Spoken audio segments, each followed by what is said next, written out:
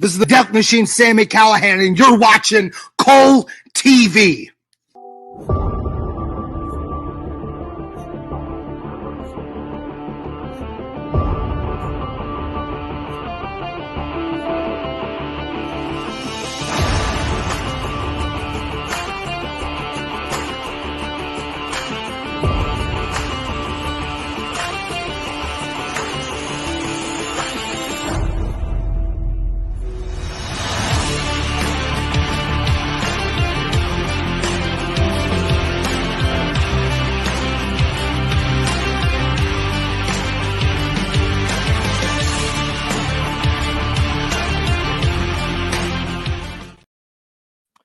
Greetings and salutations, and welcome into Pro Wrestling 60. It's where we cover the entire sport of professional wrestling, what happened in that week in 60 minutes or less. And as you can see, it is just I, XLJ the OG. Mr. B-Roll is not able to join us here this week. However, he will be back with us next week. But don't you worry, folks. I'm not alone. Oh, no. Because helping us out this week is your friendly neighborhood dad hat. What's up, brother? To paraphrase a very smart man and a good friend of mine, how's it going out there, world? Doing fine and dandy and sweet like candy. We're going to talk all about the world of pro wrestling, and it's kind of was a pretty interesting week, a WrestleMania hangover, if you will. I feel that. I definitely feel that. I mean, and there's plenty to talk about, both the good and the bad. Yeah. Let's just get right into it with our top story. It's a Mario. Wario himself. Let's talk about the Vince McMahon backlash from Monday Night Raw. Of course, Monday Night Raw, after WrestleMania, one of the biggest Raws typically every year. And this year, going into it, we were really excited, thinking we were going to get some amazing stuff. And that did not happen, did it, Dad? It did not. It did not. And I think I'm in the minority. I did not think that Raw was as bad as the internet wrestling community as a whole saw it. Yes, there was not a lot of there was no call-ups from NXT. You know, it wasn't return after return after return. But it wasn't a bad Raw. Like, I actually told somebody, I think I even tweeted it out, like, WWE has built up this Raw after WrestleMania as, oh, it's the rowdiest crowd of the year. Nothing, who knows what can happen, blah, blah, blah. So they've built up the expectations, and they can't live up to it anymore. So it's their own damn fault for getting their fans pissed. And in my mind, a Raw after Mania has not been good consistently since the Attitude Era. And then if we're looking at the modern era, peak Black and Gold NXT. I honestly agree with you. I didn't think this was a bad Raw. And I think I said this in I can't remember. We did it may have been like Learning the Ropes or something like that. But pretty much I feel like this Raw, with the Raws after Mania, we've really been spoiled over the years, like, because we kind of had a period of time there, like 3 or 4 years, where it was just like insane. You get the call ups, surprises, matches, storylines, progression, etc. And just right now, these past couple ones, they just haven't really lived up to the hype. It's like you say, they just build it up, and it's like it's just another Monday essentially. Yeah. But you did start off with Triple H with his monumental announcement. Like, that was pointless. He's been watching Tony Khan with his announcements. Yeah, no kidding, right? It was just like, okay, we're here to stay, even though we sold. Hooray. Well, I'm sure the company that bought you is glad to hear that as well. By the way, Triple H also can't do math. 160,000 people for WrestleMania. He does realize that majority of those are the same people, right? Yes, it's that Steiner. It's Steiner math, brother. That's what it is. But Triple H making his announcement. But let's talk about how Vince's carbon footprint was all over this Raw, with segments changing and et cetera, et cetera.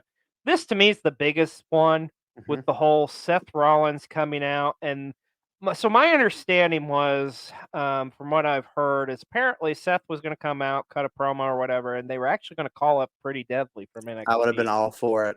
They would be Yeah. perfect little henchmen for this drip god persona of Right? Seth right now. Like, perfect. And can we just what in the hell was on his jacket Monday night? I I'm think it's still trying to Becky. figure out. I think it's Is it Becky. Becky? Is Like, it look at the Becky? one Okay. that's like not the one right where his knee is, but on the jacket right above it. Like, it looks where the Oh, middle rope is. Looks just like okay. Becky. Well, I'll be a son of a gun. Huh, I'll be darned. I didn't notice that. So, but yeah, this segment got scrapped. Seth comes out, commercial break, and then it's like, okay, you're coming to the back. It And was it's just so like, wonky. yeah, a lot of wonky moments. But there was some other decent stuff on here. I mean, you got to see a match between Rey Mysterio, Austin Theory, which was pretty good, I Yeah. thought. Yeah. How about Rhea and Bianca with that showdown and teasing that's going to be a matchup on down the road at some point, maybe They're gonna Mania tease next year. that. They're gonna tease that. I mean, we had the backstage, segment several months back, and everybody thought that Rhea was gonna choose Bianca because of that. But I think they're gonna tease it and milk it all as far as they can go with it, probably till Mania. Yeah, I think you're right. Honestly, I think that's where It the end deserves game's that going to be. stage, It does. It really does. I mean, Bianca's been on a roll these past 3 WrestleManias, so and it yeah, has the that'll. perfect storyline too. Like, because if you look at the two when their time at NXT, Bianca was always the one that just could never get there, could never get the title, was never the star player.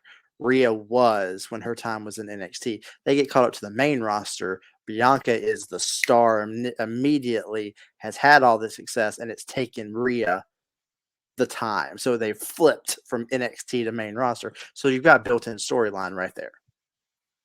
Yeah, I mean, yeah, I totally agree. It's interesting to see how the roles have reversed, but I mean, they're definitely the future of the women's division, no matter Oh, what anybody absolutely. says. Also, Sammy and KO coming out celebrating their tag team victory win at Mania and end up going up against the Street Profits, which was a Great pretty decent match. match. Yeah. And you did get a return. You got to see Riddle come back, bro. Bro. That was good to see Riddle back. And it looks like he's going to be probably in a program, maybe with the Bloodline, possibly after SmackDown. What Probably happened with there? Solo. Probably Solo. And I believe on Raw he is wrestling Miz. I want to say this upcoming Monday since he interrupted the Miz's segment. But yeah, I think you're right though. Like you say, it's like there's just way too much hype and build up for the night after WrestleMania with Monday Night Raw. Yeah. We got to talk about this though. So it opened up with Cody confronting the Bloodline, and then out of nowhere, they end up making a tag match with Roman and Sequoia, or Solo against Cody Rhodes, and then it's like, but his partner can't challenge Roman for a title ever. And there was a storyline, of course, with Brock Lesnar couldn't challenge after SummerSlam, so Lesnar comes out to be Cody's partner, which was Yeah. kind of weird. I was really kind of shocked because I was thinking, oh my god, we're gonna get Brock and Roman actually wrestle on WWE TV. Should have seen this one coming a mile away, though, folks, as Brock Lesnar Yeah. turned on Cody Rhodes and just beat the piss out of him. My reaction was, does Brock remember how to wrestle on a tag match? Yeah. His last tag team partner was Shinsuke Nakamura in New Japan, if I'm not mistaken. Oh wow! Oh my God, that's insane. Yeah, I can't even remember him being in a tag match like on WWE television in probably 15, Yeah. maybe 20 years or something. From my research, Shinsuke Nakamura in New Japan was the last time he had a tag team match. Wow, that's crazy. And I think you pointed this out too. It's very reminiscent to like it's building up Cody's character. Now he's going to go through the story isn't written, which we're upset about that, but we've dealt with it. It is what it is. Mm-hmm. And now like he's got to It go is a through the repeat path. though of John Cena. Yes, Yeah. that's what I was getting ready to say. You pointed that out, and it's a valid point because it's almost like shot for shot, like because you remember Cena loses to The Rock at Mania 28. Sitting there. Lesnar comes out, then he's sitting there and that disdain look on his face. That happened with Cody too. And then Lesnar comes out the next night, attacks Cena. Same thing happened here. Obviously, we're getting a Lesnar Cody program, which I'm that'll be okay with it. interesting. I'm okay with it. So It's something different. We haven't seen yeah, it. yeah. And I mean, say what you will about Brock, I still enjoy watching Brock. I love watching Brock, honestly. Like, With the right people. Yeah, with the right people. And Cody is the thank right you. person. Yeah, so I think this will be a good feud. I'm looking forward to it to see what's going to happen there. Mm-hmm. Now, let's talk about with this whole chaos of Monday Night Raw. You heard a lot of rumors, and once again, folks, these are rumors. With wrestlers requesting their release, including Bailey, who supposedly was sent home from Raw. I guess I don't know what for or what's the truth in that. You have Asuka tweeting out like she's kind of ready to go back to Japan. Apparently, the grizzled young veterans from Schism They're already from gone. NXT they requested. Yeah, they actually have been released. Mm. But still, as far as like Asuka and Bailey are concerned, I think that's just hearsay. I think that rumor's kind of been debunked. But I mean, I can understand why, because with Bailey, with her comeback and like with Damage Control has been garbage. It has Terribly. been. It I has mean, been. that needs to be done with. Asuka, I thought there for a moment they were gonna like make her a badass, but it's like, okay, so she loses to Bianca. Now what do you do with Asuka? It's a shame for Bailey because Bailey really she carried the women's division in the pandemic era. Like Yeah, she I mean, she was hilarious and like talking to Michael Cole and all that. And now, I mean, she just like Damage Control had so much momentum when it first started, and then womp womp.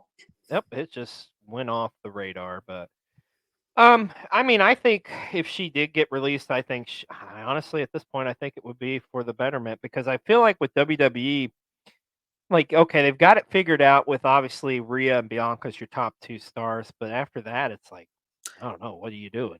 I hate to say it, other than Charlotte, the time of the I mean, well, Becky, but I'd say even Becky is at this point bigger than Charlotte.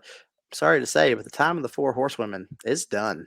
It is, It's and that's past. which is They're crazy to they're think. they're still, I mean, technically in their prime, but Mhm. like age wise and everything. But like in the fans' eyes, we have moved on past them.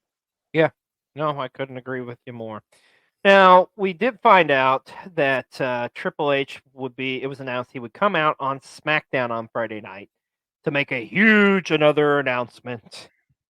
And we're getting the draft in a couple weeks. Yay! Hooray! Like, who cares?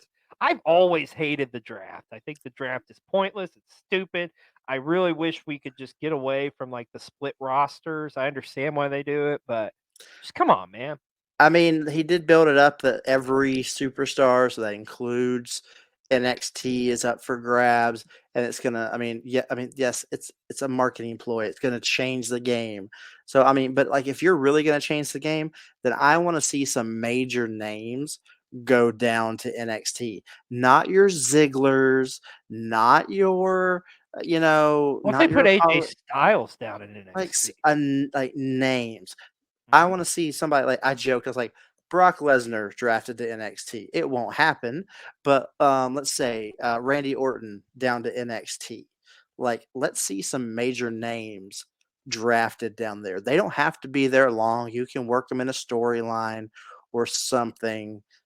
You know, somebody from the main roster coming in and jumping them, and that creates a feud, and that brings them back to whatever show you want. But like, I don't want to see the mid to lower mid superstars who are just paddling water, trying to stay above water. Just move down there. I want to see a name. I want a couple of names move down to NXT. Yeah, I agree with you. I hope this draft actually is like a legit enjoyable one. But some highlights from Friday night SmackDown. We actually got some good wrestling action. Main event: Jey Uso going up against Sami Zayn. That's been a match a long time coming. Which Yeah, yeah, I thought it was decent from what I saw. I yeah. mean, honestly, I didn't see the whole thing because I was at the Squared Circle Expo this Mm-hmm. weekend. But also, you had Imperium go up against the Brawling Brawling Brute. Brutes. And we found out Shinsuke Nakamura is going to return next week. So, yeah, it wasn't a bad Friday night SmackDown. I mean, overall, like, it seemed pretty decent to me. Better I than thought Raw. it was better than Raw. So, But boy, oh boy, Triple H sure did have an interesting week, and we're actually are honored and privileged to actually have some footage of Triple H all this week. So check this out. Bow down to the king. Dun, dun, dun. Welcome, WWE Universe. I came here to talk about our huge announcement. I want to talk about a certain person in the back who makes the entire gorilla position smell like Ben Gay. It is none other than Vince McMahon.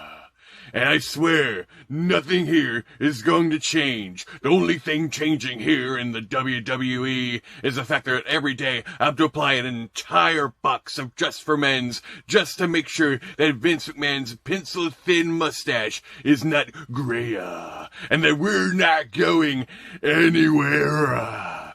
Hopefully this announcement is good enough for the masses, and none of you will be angry at me. Goodbye. Vince. Apparently they didn't like what I said. I'm going to have to appear again on SmackDown. This is not the right show. Sorry. Exit stage left. Oh, hey, Rusev, what's up? What are you doing in catering? Could you pass me some scalloped potatoes? Bow down to the king. Bow down. Oh, that is amazing effects to music. Welcome to SmackDown. I promise all of you, I had a huge announcement. We're going to have a draft. We're going to have people never wrestle each other, but then wrestle each other again. And after about 2 weeks, we'll have the wild card rule. You're all going to love this, and forget anything about AEW going to Wembley Stadium, and with Big Daddy Vinny back, we're going to be bringing back other things other than the wild card rule. We're going to bring back bra and panties matches. I know technically we should feel ashamed about wanting those back, but I'd say about 5 of us want that back, And even though Vince doesn't watch YouTube or even knows what the internet is, we're going to be bringing back other people from the internet, not just Logan Paul. Oh, yes, sirree. We're going to be bringing in, I don't watch YouTube either. All I do is just kind of stand and sit in front of a blank wall, contemplating life. Eat Jell-O through a straw. Just wonder, where did my life get this way? I don't like Stephanie one bit. She smells weird. She collects her shrimp tails. God help me. So that's all I have to say, right? I could go back to gorilla position, where I could eat my animal crackers. Well, but you guys have a good day.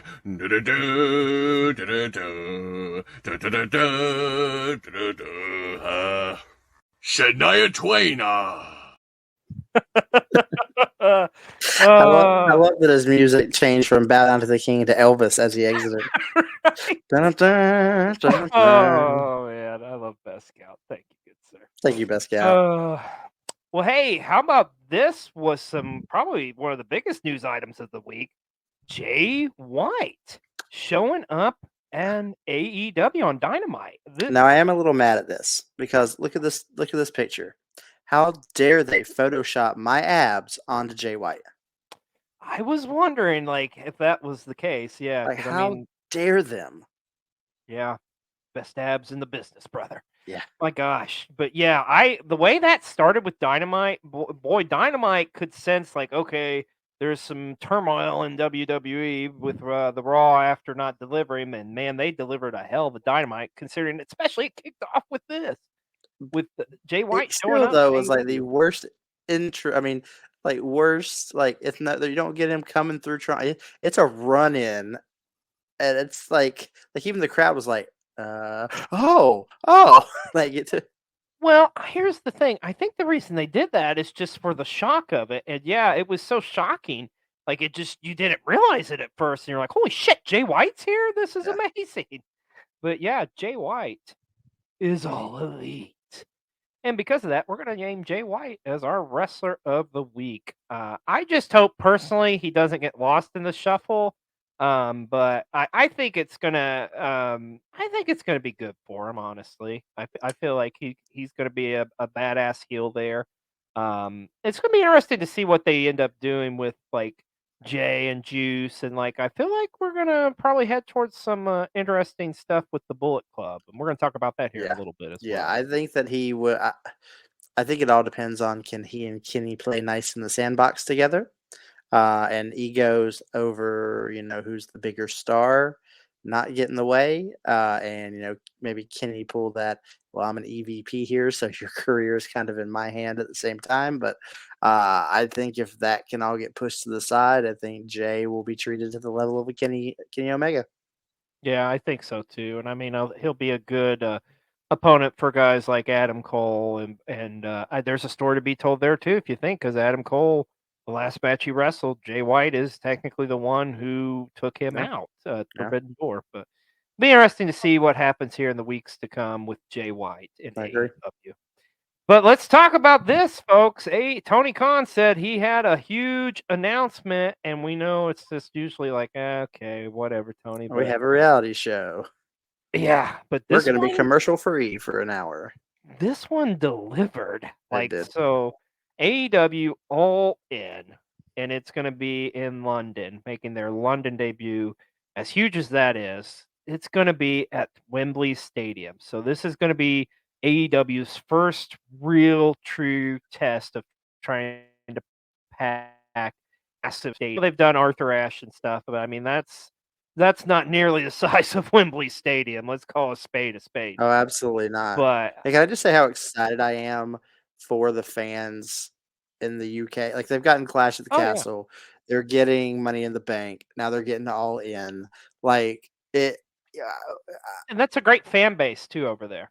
yeah. I mean, and there's some great content creators on TikTok and in the Yeah. IWC over in that area. But I mean, I think us in the US we kind of get a little spoiled because they're always here. Okay, we see them now. We'll see them in another couple months. After this, they don't know when AEW will be back. So I mean, Yeah. it's. I'm glad that they're doing this. Yeah, I feel like this is going to be a huge show. I hope it sells out. I do. I feel like it can, especially with the fact that like it's the first time over there, and I feel like as well. I mean, the fans' support over there is just huge. So, and on a side note, I'm going to pull my AARP card out.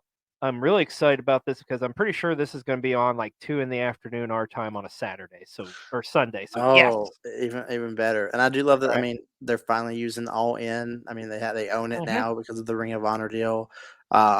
It. I don't know. I think it's to sell out. They literally, I mean, it's in August. You literally need to start now. AEW is not the best in terms of like storytelling. I mean, they're there for the matches, not the storytelling. They need to start building stories and building the leading up to these matches now. And they need to be freaking dream matches. Well, I tell you, the true test is going to be once they put the tickets on sale, how many they sell right off the bat. Because if Yeah, you look like a Forbidden Door last year, that sold out yeah. instantaneously. But then again, we're talking a different, different market and a different capacity. So Mhm. it'll be interesting to see. But kudos to Tony Khan for actually making an announcement that's worthwhile.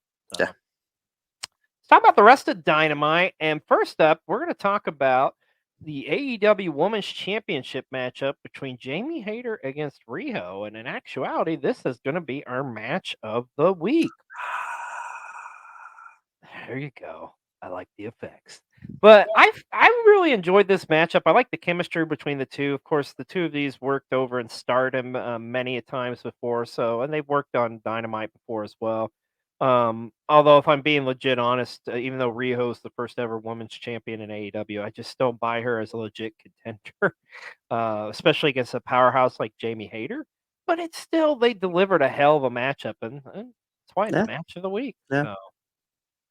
Also on Dynamite, we got to talk about MJF Day. Oh, MJF. What a masterpiece this segment was. My God. Just him coming out, the beautiful suit, singing Pennies from Heaven with an orchestra in the background. And of course, then cutting like his promos like he does. Chef's kiss. I mean, I love every Oh, I bit do too. of this segment. I do think though that, and I might get some hate from people. I think MJF as a champion now is hurting this championship. Really? Yeah. What makes you say that?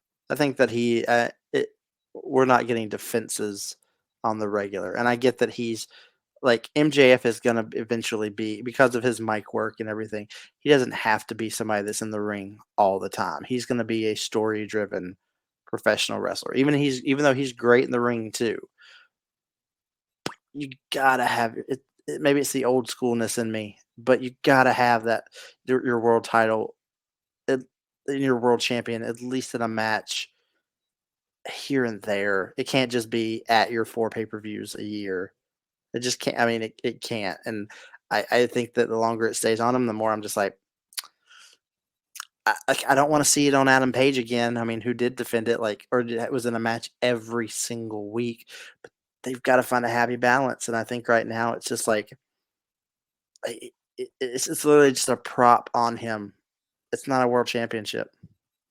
I definitely get what you're saying, but I do feel like it does add some more like significance to the title as far as like when titles are actually defended. I'm old school like you though as well. I wish they would enforce like the 30-day 30 rule, day. where you got to defend the title at least once every 30 days. I would be totally fine with that. Yeah. Like if he was defending it at least once a month, I'm good. Like that's all we really need. So, Yeah. but I thought this segment was a home run. I really enjoyed it, and of course it's MJF. I mean, Being MJF, yeah. MJF being MJF. We got to talk about this match. My Carolina boys. Your Carolina boys. FTR putting their careers on the line in AEW against the Guns. And I kind of myself, a lot of people, and I think myself included, kind of thought, you know what? I think this is going to be it. I think FTR is going to go back to WWE. I really thought that, especially after Saturday night at WrestleMania with that incredible Usos against Sammy and KO match.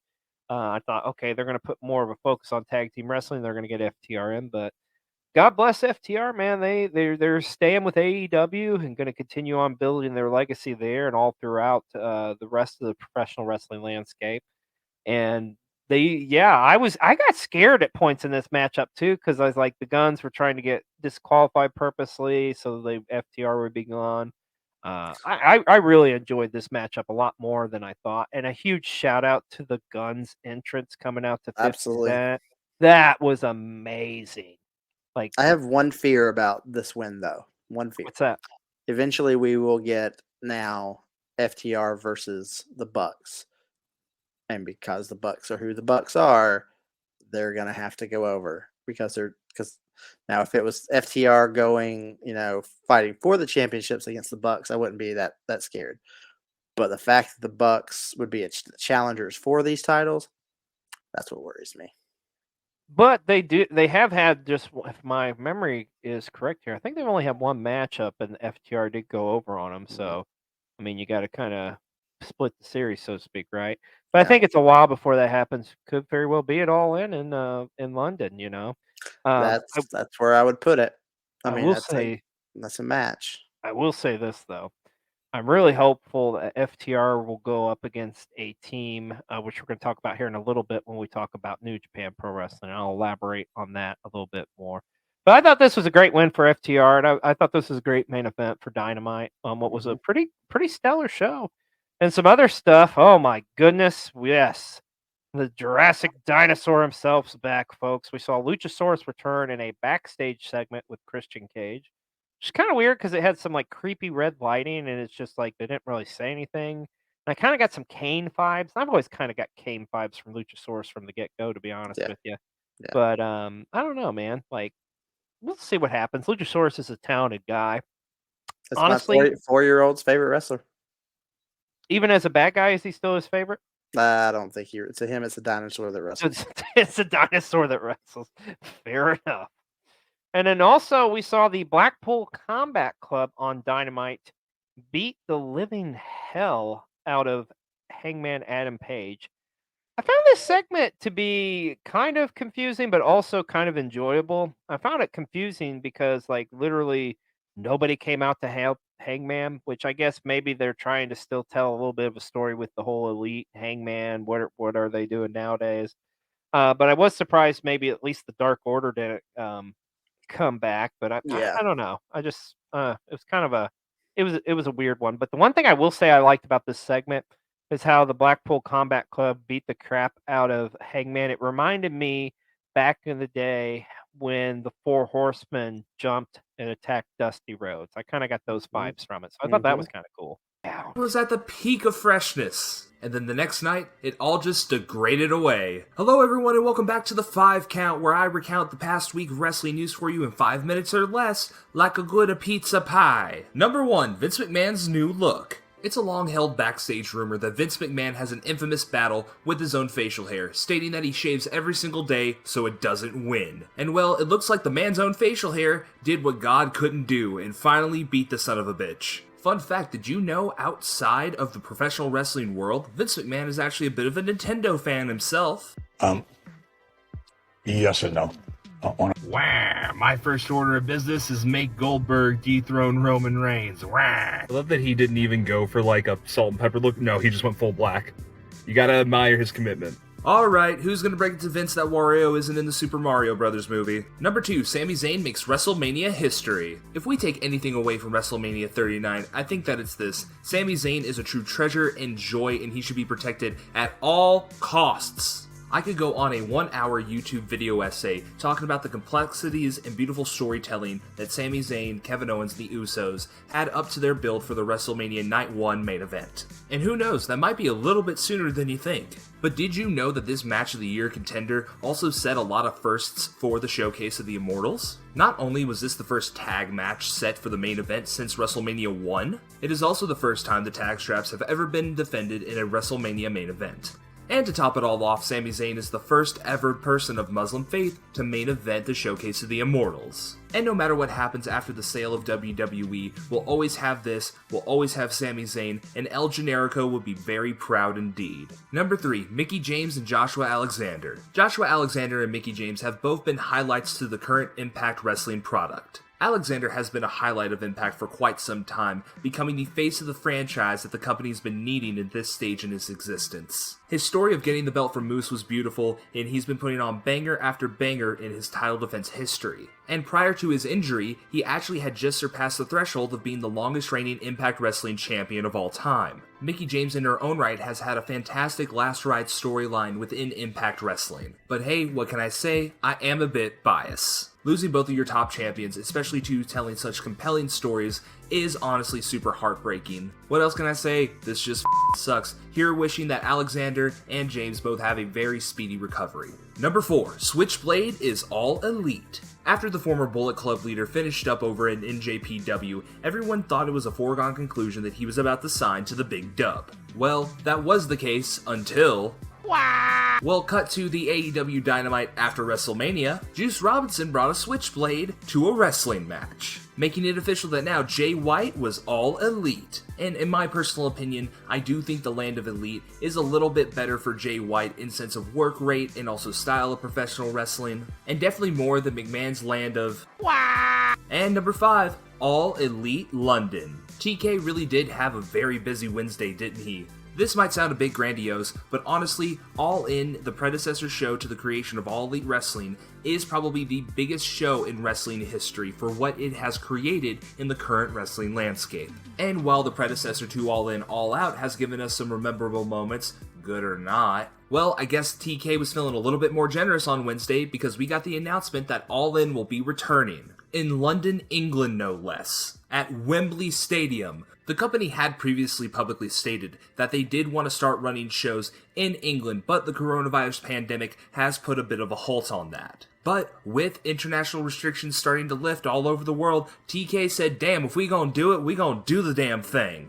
The former venue for SummerSlam 1992 has a max seating capacity of 90,000 seats. All Elite Wrestling is going to have to pull out all the stops to make this show successful, and I'm licking my chops just thinking about it. This, combined with the announcement of Forbidden Door 2 in Toronto, Ontario, Canada, AEW's Rollercoaster 2022 looks like it's about to gear up into a very fruitful 2023, and I'm all here for it. Thank you guys so much for watching The 5 Count. Jay, B-Roll, thank you so much for having me on this week. And with that, always remember, I've got till 5! There you have it. So Extreme League making some very valid points there. Kind of in agreement about a lot of stuff that we said as far as the London show. So, well, hey, there's plenty more wrestling that happened this week. How about that NXT show? Now that's how you do an after show. This show was as strong as Extreme League Wrestling's thighs. Yes, and it's seriously a shout out to Extreme League. Mickey James, if you don't know or don't follow Extreme League, you should, because Extreme League made a video for charity with Mickey James doing the hardcore country entrance. Anyways, long story short, Mickey James has retweeted that video, and it's pretty awesome. So you should check that out. So, but yeah, NXT was strong. NXT was probably the strongest show under the WWE banner for the week after WrestleMania. I think a lot of people expected Braun Breaker to be making a main roster run, which did not happen. Noam Dar appearing after months of, it's been a while since NXT UK, closed. And but hey, most of NXT right now is NXT UK. Yes. And then the return of Cora Jade, heel Cora Jade, going after Indy Hartwell, which, hey, no one goes after my Indy Hartwell. Yeah, I was so happy for her too, winning the title finally. Yeah. Like, what a great story she's had. But Cora will be a tremendous challenger for her to start off with. It'll be a good match. Dude, you're right. This is by far the best WWE produced show of the week was NXT. It definitely did stand and deliver, even though it wasn't stand and deliver. But you know what I'm saying. Also was a big week in New Japan Pro Wrestling. And for some information on that, let's go to CDC with your New Japan report. Greetings from Earth. I'm on vacation, so you're just getting a quick rundown of the results of the championship matches of Sakura Genesis 2023. Enjoy.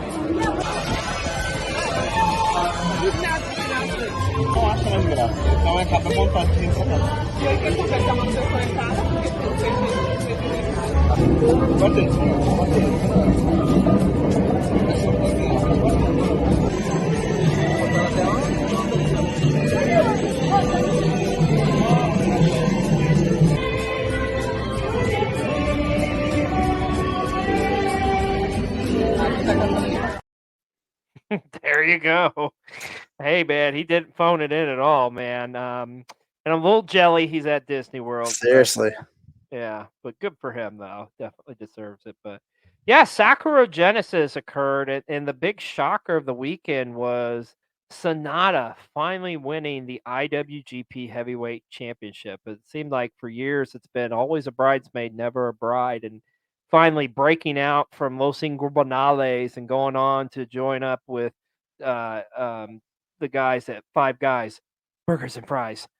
So it's cool. It's gonna be interesting to see like where Sonata goes from here.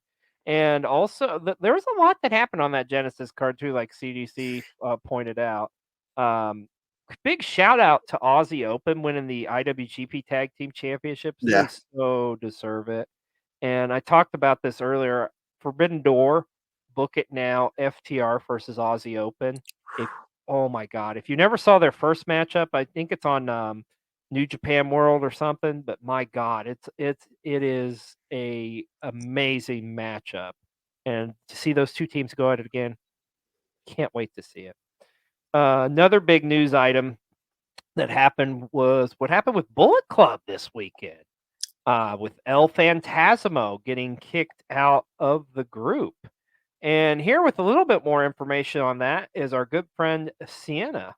Well, I guess I found a new series or whatever, anything going on about the pending Bullet Club Civil War. So I'll definitely post content, anything going on with Bullet Club during the New Japan event, AEW, and possibly with Impact Wrestling, if anything going on. So, anywho, to get this started, so if you guys have not seen New Japan Pro Wrestling Sakura Genesis, I highly do so.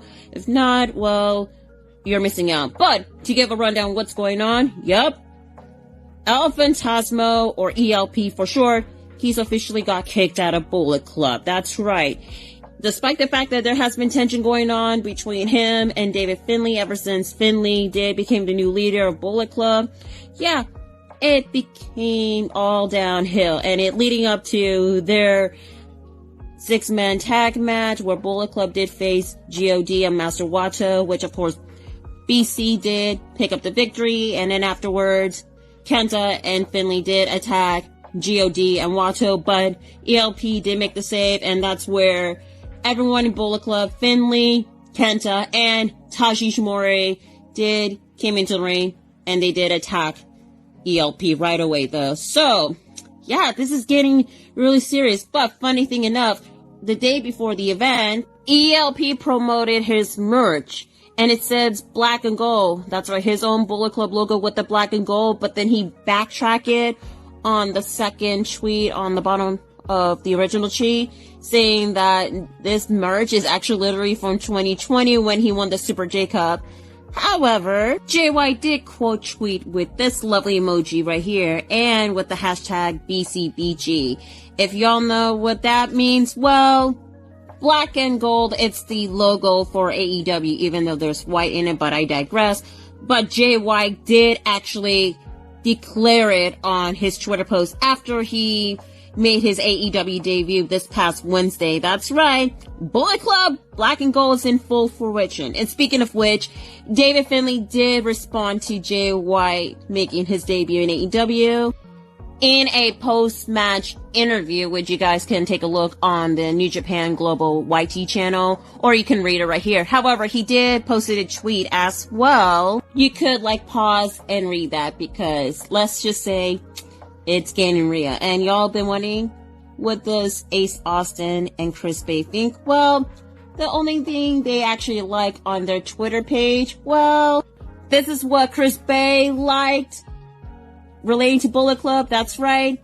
And also on Ace Austin's Twitter page as well. The only thing he liked related to Bullet Club, of course.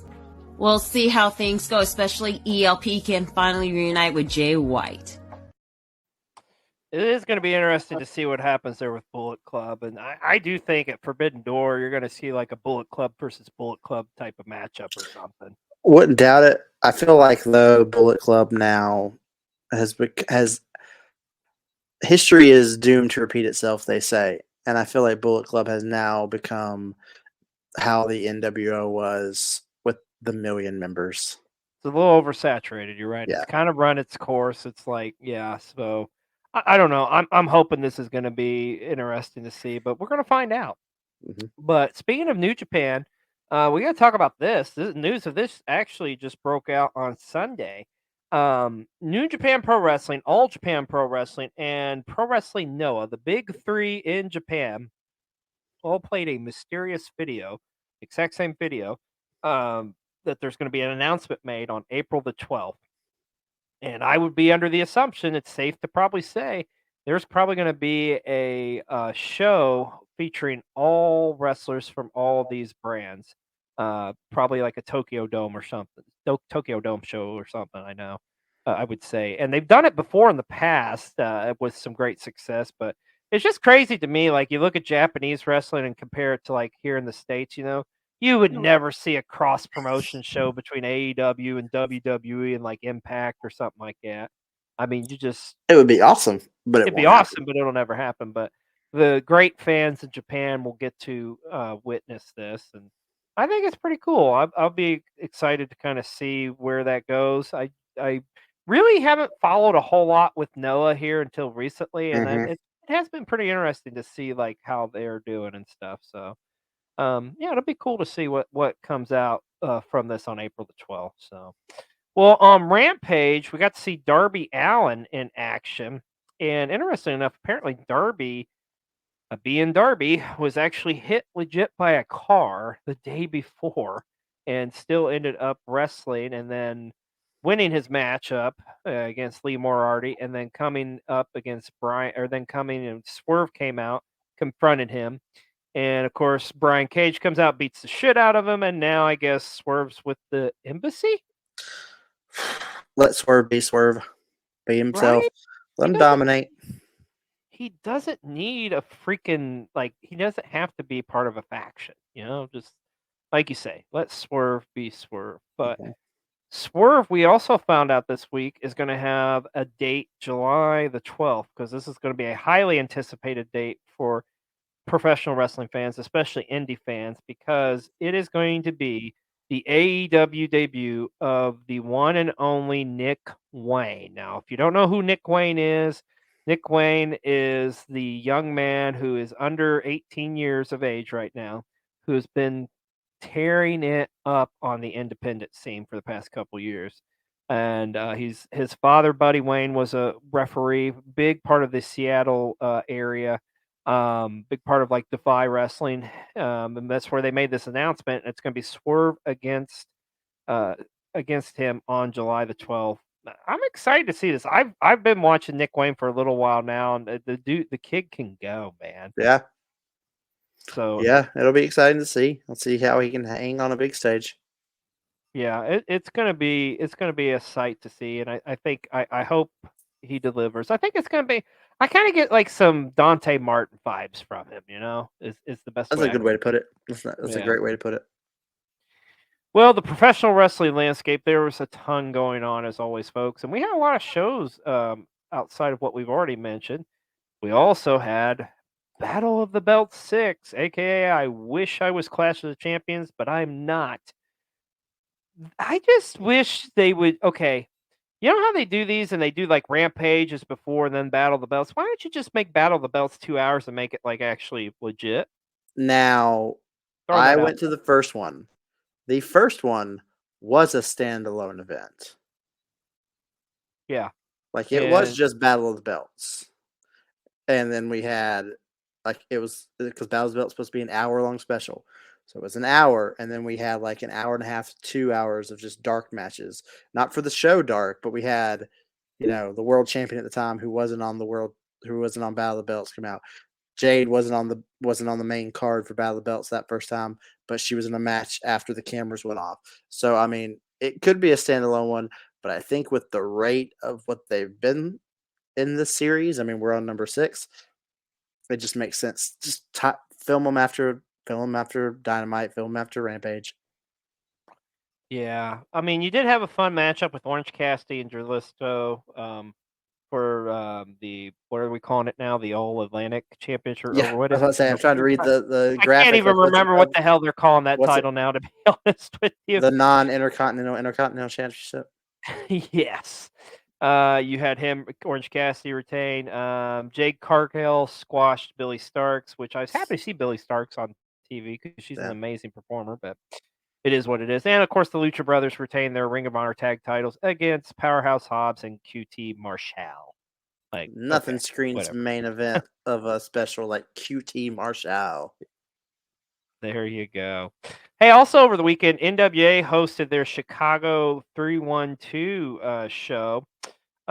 Which cool thing about this was like all the proceeds was going towards victims of gun violence there in the Chicago area. Some noteworthy occurrences on this. You had EC3 defeat Scion for the NWA National Heavyweight title, which I find interesting because Scion like threw out the opening pitch for the White Sox at a game earlier in the week to kind of promote, and it was like, here comes this man in a mask, and it's like, who the hell is this guy? But and the rest of the wrestling world is wondering the same, because I know not a whole lot of you watch the NWA, but you shouldn't sleep on them because there's some fun stuff on there. Also this weekend, we did crown the very first NWA Women's Television Champion. It's Kinsey Page defeated Maxie the Impaler for the Women's TV title. So congratulations. Also this week, don't sleep on this. Impact Wrestling delivered probably the best show of the week. if you didn't watch this, go back and watch the replay on Impact Plus or the YouTube channel or something, because it was a hell of a good show, man. You had Jonathan Gresham go up against Speedball Mike Bailey, with winner getting a shot against Trey Miguel at the Rebellion pay-per-view. It ended up, it's going to be a triple threat match between those guys at that Rebellion show, which that'll be freaking amazing. You had Knockout's debut of Jody Threat, who is a popular Canadian independent wrestler who's now with Impact Wrestling. It'll be interesting to see what happens with her. Eddie Edwards and PCO's feud kind of came to a conclusion, with Eddie Edwards defeating PCO in a hell of a matchup. Any of you hockey fans out there, Darren McCarthy of the Red Wings actually wrestled on this Impact as well, going up against Bully Ray and his team. And, of course, Josh Alexander having to give his Impact World title to Scott D'Amore, and it will be up for grabs between Macklin and Kushida at the Rebellion pay-per-view. But overall, solid show, man. I thought it was really good. It's nice to, I mean, there's so much hate and joking about Impact from Impact's past, TNA, all that stuff. It's nice to see them consistently being a top show each week. Absolutely. Yeah, I couldn't agree with you more, my friend.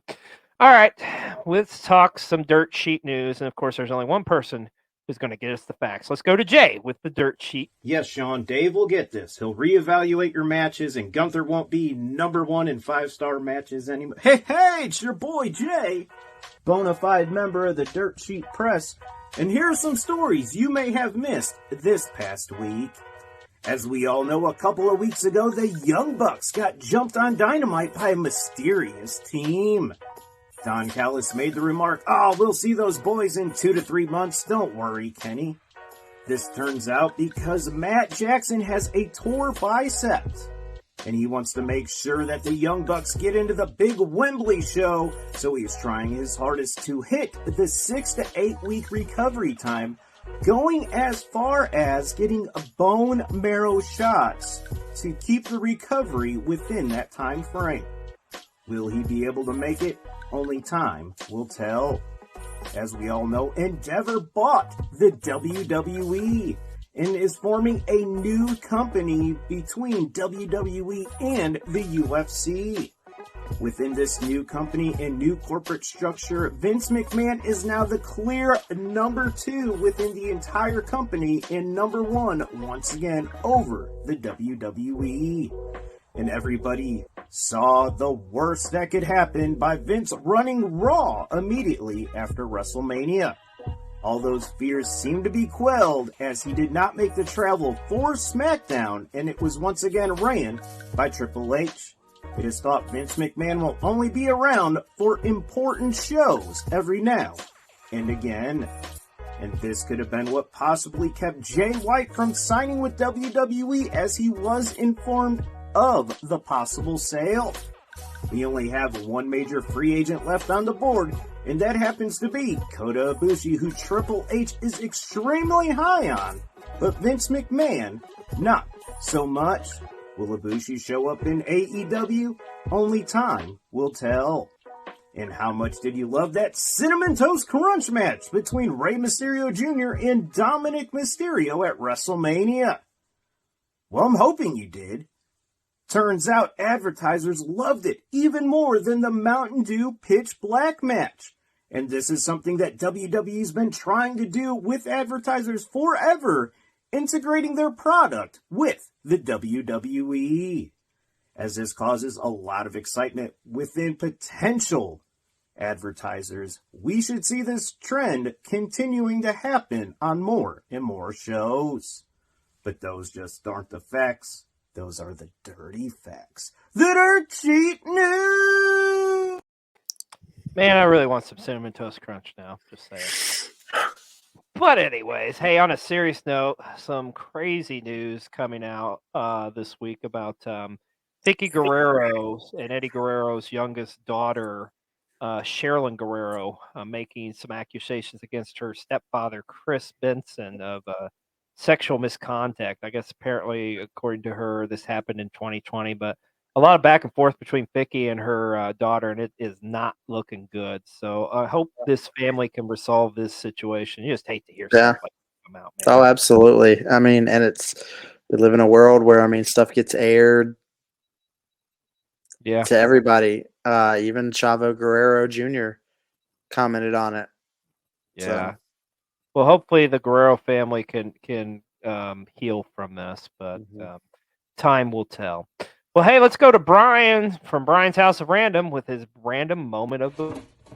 Hello again, and honored to be back on PW60 here for episode number Creed. There's a story behind it. If you have followed me for a while, and I have random sounds, by the way. If you have followed me for a while, you know the whole story about Creed. If not, go to my page and go check it out. I'll explain more later. Another story, another time. All right, and here we go. Honored to be again here on Pro Wrestling 60 with all my friends and fellow content creators. And my random moment / thought of the week. I'll get to that in a moment. Don't forget, you can Google it, baby. This right here, and it'll take you to all the socials. I would ask you to please give me a follow / subscribe across all the way. I'm looking to grow, and keep on going, especially on TikTok. I'm just under 1,000 right now, so I really appreciate it if I can get there before the government decides to ban it like the bunch of dummies that they are. Dummy, yeah. So here we go. Pro Wrestling Thought of the Week. And it is this. 2 of my favorite world title designs across any promotion in history are the Winged Eagle WWF title from 1988 to 1998 and the WCW Big Gold Belt. Now, here's a little trivia. This week is going to be trivia. There are, as far as I know, unless I missed one, there are 6 wrestlers who have held the WCW Big Gold Belt and the WWF Winged Eagle title. Now, of course, there's many who've held, in general, the WCW title and the WWF title or WWE title, things like that. But I'm not just looking for in general, like someone who won, let's say, the what was referred to as the Big Eagle in like 1999. I'm not counting that. I'm counting the specific Winged Eagle WWF title and Big Gold Belt WCW title. And there are 6 wrestlers who have held at least one time each, both versions of those belts. Name them, tag me at Brian's House of Random in the comments, see if you can name all 6, and I'll let you know next week the answers if you haven't figured it out already. There you go. Gotta love some Brian's House of Random. Absolutely. Get that man to 1,000 on TikTok. Preach, brother. And this man above me. How the hell he's not, I don't know. It's going to happen someday. Hey, another tidbit coming out this week, and this is crazy, folks, because I was there for this. Now, I didn't see this happen, but I kind of knew there was something going on. ECW legend and icon Sabu was at the Squared Circle Expo in Indianapolis this past weekend, and unfortunately, he passed out at his table and had to be rushed to the hospital. Thankfully, Sabu is okay, and we definitely wish him that he gets to film better as soon as possible, because I love some suicidal, homicidal Sabu. And speaking of Squared Circle Expo this past weekend, the indie god himself, Matt Cardona, was there and won the Squared Circle Expo Championship, making, I think, that 7 championships he has now from different independent promotions. And here's the cool thing with this, folks. I was there, and guess what? Later this week on Cole TV, you're going to get to see the Squared Circle Expo Retribution Show vlog here on Cole TV, as well as you're going to see a Squared Circle Expo 3 vlog we're putting together. This was such an amazing weekend, Dad had. I know I told you before we come on, I have so many stories to tell from this weekend. It was a once-in-a-lifetime experience, man. It was truly awesome. I'm jealous, man. I am super, super jealous. We're gonna get there one day, brother, where we're gonna go to a con together, my friend. So, but yeah, that's the week in wrestling. Hard to believe we got through that in 60 minutes or less, folks. Yeah. That's gonna wrap it up for PW60 for this week. We hope you've enjoyed this episode, and always, please don't forget to hit that like and subscribe button. And once again, thank you so much to Dad Hat for joining us here on this episode. We appreciate you filling in for Mr. B-Roll. And if you're not following this man on the TikToks and all of his socials, then what the heck are you doing? And don't forget to check out his show Saturday nights as well. World Championship Record. It's a pretty awesome show about WCW. Yep. I gotta do one shout out real quick before we go, because it just got announced today. So, if you've watched us before on our previous network, or where we were over on TGN, the Wrestle Talk Wolfpack, Self Bet Wrestling, Bree Stout, the Ginger Ninja Jaxbo, and myself, we as a group have come to a collective decision that we are going to fly our own flag. So we will now be on our very own Twitch channel, twitch.tv/Wrestle Talk Wolfpack. We'll be off this week, but April 19th, I believe is the date. The following Wednesday, April 19th, first show on our very own channel on Twitch. Come follow us already. Be there for the first episode. There you have it, folks. We'll see you next week here on Pro Wrestling 60. Everybody have a great week.